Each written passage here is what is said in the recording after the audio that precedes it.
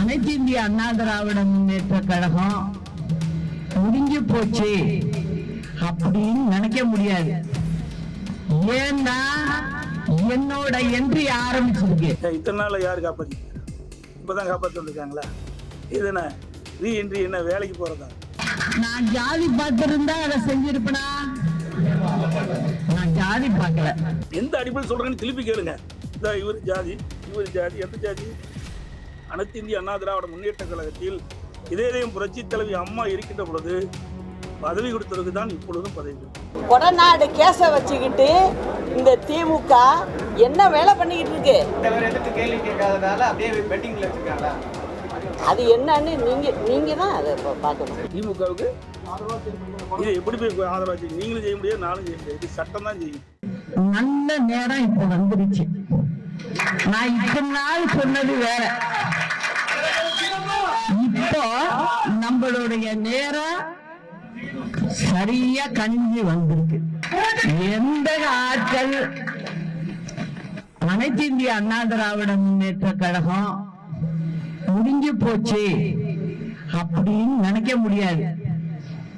ஏன்னா என்னோட என்ட்ரி ஆரம்பிச்சிருக்கு.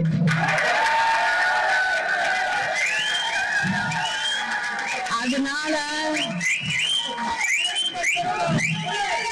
நம்மதான் என் பின்னாடி தொண்டர்கள் இருக்கீங்க, தமிழ்நாட்டு மக்கள் இருக்கு எனக்கு. அதனால 26ல நிச்சயமா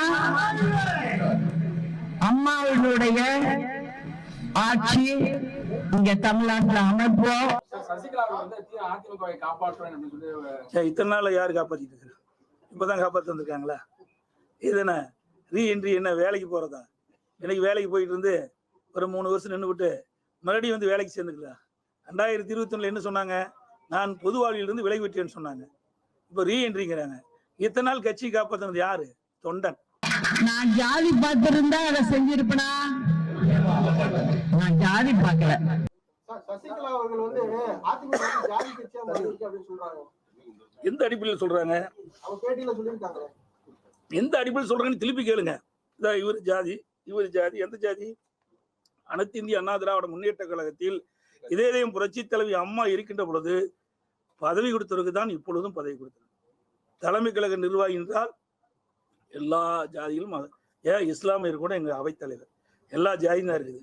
அதே போல அந்த அமைப்பு செயலாளரோ இல்லை தலைமை கழக நிர்வாகிகளோ எல்லா ஜாதியை சேர்ந்தவங்க தான் இருக்கு. இங்க ஜாதிக்கு இடம் கிடையாது.